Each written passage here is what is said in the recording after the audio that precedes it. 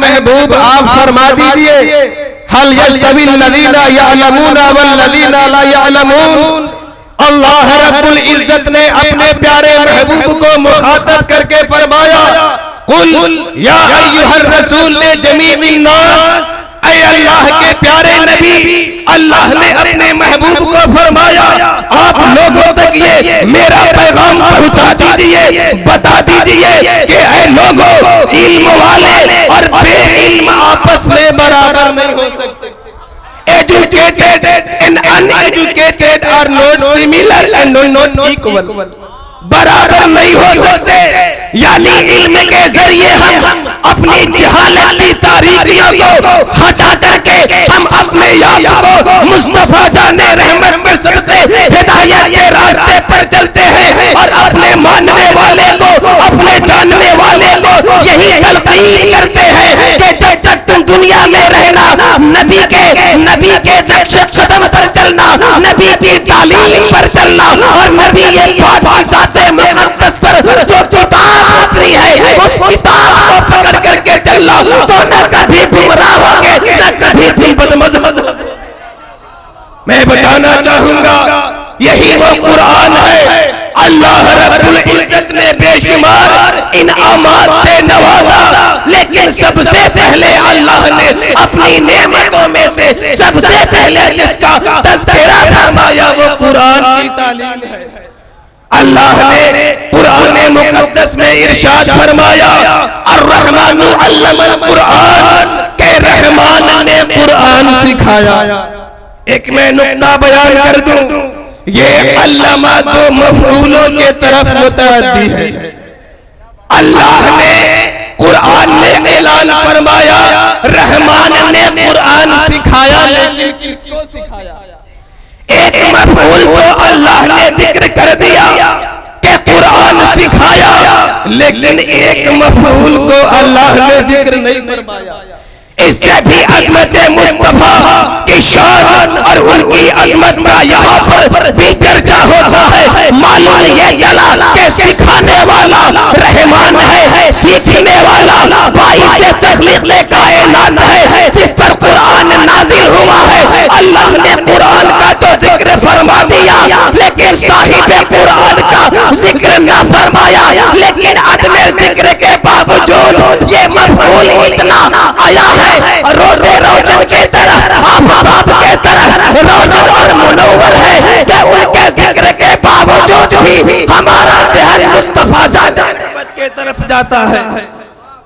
اللہ نے ذکر نہ فرمایا لیکن اللہ نے رحمان نے اپنے محبوب کو قرآن سکھایا اور یہی وہ قرآن ہے، یہی وہ قرآن ہے، یہی وہ آفتاب ہے. جب مطلع حیات پر طلوع ہوتا ہے تو شب بیجور صبح سعادت سے آشاش. اسی لیے اللہ کے رسول نے کہا طلب العلم فریضۃ علی کل مسلم، کہ علم دین کا حاصل کرنا تمام مرد اور عورت پر فرض ہے.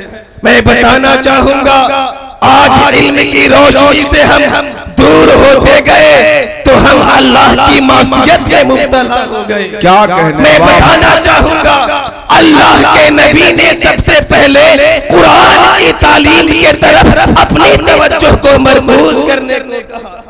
اللہ کے نبی نے ارشاد فرمایا ان النبی صلی اللہ علیہ وسلم قال کن عالما او متعلما او محبا او مستمعا فلا تکن الخامس والتهلك. اللہ کے نبی نے ارشاد فرمایا یا تو تم عالم بنو یا متعلم بنو.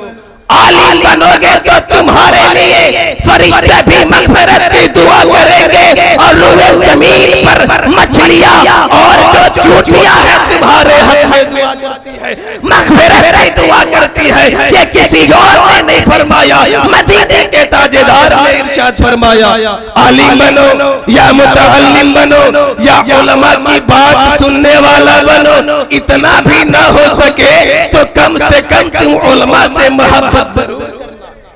ان کے حق میں آخر مچھلیاں کیوں دعا کرتی ہے؟ آپ کو معلوم ہے نہیں ہے تو ہم بتاتے ہیں کہ سمندر میں مچھلیاں علماء کرام کے حق میں دعا کیا کرتے ہیں. تو فرماتے ہیں کتابوں میں آتا ہے بہم تمترون و بہم ترزقون، کیونکہ مچھلیاں علماء کرام کے بدولت ان پر بارشیں کی جاتی ہے، اور علماء کرام کے بدولت وہ سمندر کی گہرائیوں میں ان کے ذریعے وہ رزق دیے جاتے ہیں. اس لیے مچھلیاں ان کے حق میں دعا کرتی ہے. اس لیے میں بتانا چاہوں گا کہ جو آدمی اپنے بیٹے کو، اپنی اولاد کو تعلیم دینی تعلیم سے وہ آراستہ کرتا ہے تو والدین بھی خوش نصیب ہیں کہ انہوں نے اپنے بیٹے کو، اپنی اولاد کو ایسے راستے پر چلایا ہے جس راستے پر مصطفیٰ جان رحمت کی رضامندی شامل ہے اور اللہ کی رضامندی شامل ہے. میں بتانا چاہوں گا جب آدمی علم دین حاصل کرنے کے لیے راستے میں چلتا ہے تو وہ عام راستہ نہیں بنتا، وہ عام راستہ نہیں ہو جاتا، بلکہ مدینے کے تاجدار نے اس راستے کو جنت کا راستہ بتایا ہے. یہ میں نہیں کہتا، یہ میری زبان نہیں، حدیث پاک ہے. مدینے کے تاجدار ارشاد فرماتے ہیں من خرج فی طلب العلم وَهُوَ فِي طَرِيقِ الْجَنَّةِ حَتَّى يَرْجِعَ، کہ جو آدمی، جو بچہ طالب علم دین حاصل کرنے کے لیے راستے پر چلتا ہے تو وہ راستہ جنت کا راستہ بن جاتا ہے. حَتَّى يَرْجِعُ، یہاں تک کہ وہ لوٹ کر واپس نہ آ جائے تو وہ جنت کے راستے ہی میں رہتا ہے. اس لیے ہمیں ضرورت ہے سب سے پہلے کہ اپنے آپ کو قرآن اور قرآن کی تعلیم سے آراستہ کرے. آپ نے اگر قرآن کی تعلیم حاصل نہ کی، احادیث طیبہ کی احادیث طیبہ کی تعلیم اگر حاصل نہ کی تو آج کے دور میں ایمان کو بچانا بہت مشکل ہو گیا. ایمان کے لٹیرے جگہ جگہ پر اسلام کا لبادہ اوڑھ کر آپ کو دینی تعلیم اور مصطفیٰ کی تعلیم سے دور کرنے کی کوشش کرتے، اپنے سر کو سجدے میں رکھ کر کے آپ کو دھوکہ دینے کی کوشش کرتے. آپ اگر دینی تعلیم سے اپنے آپ کو مزین کیا ہے تو ان کی چکنی چپٹی باتوں میں آپ بھی چلے آئیں گے. لیکن آپ نے مدرسہ تبلیغ الاسلام یا مدارس اسلامیہ کے کسی شہر میں جا کر کے، کسی کمرے میں جا کر کے اگر آپ نے کسی مدرسے میں تعلیم حاصل کیا ہے تو یہ علم آپ کو گمراہی اور کفر و ارتداد سے بچا سکتا ہے کہ نہیں؟ اللہ کے نبی نے ارشاد فرمایا کہ جب آدمی کوئی بچہ تعلیم کے لیے نکلتا ہے تو فرشتے بھی اپنے پر طلبہ کی رضامندی حاصل کرنے کے لیے نہ آپ حدیث طیبہ کو جان سکتے ہیں، نہ آپ قرآن کو جان سکتے ہیں. آج ایسے فرقے جنم لے لیے ہیں. آج ایک وسیم رضوی جیسے بدبخت اشر الناس اخبث الناس مفلوج العقل اور مخلوط النسب نے قرآن کی ذات پہ، قرآن مقدس پہ انگلیاں اٹھانے کی کوشش کی اور اس نے حکومت کی عدالت میں پیٹیشن داخل کیا کہ 26 verses of the Quran should be removed.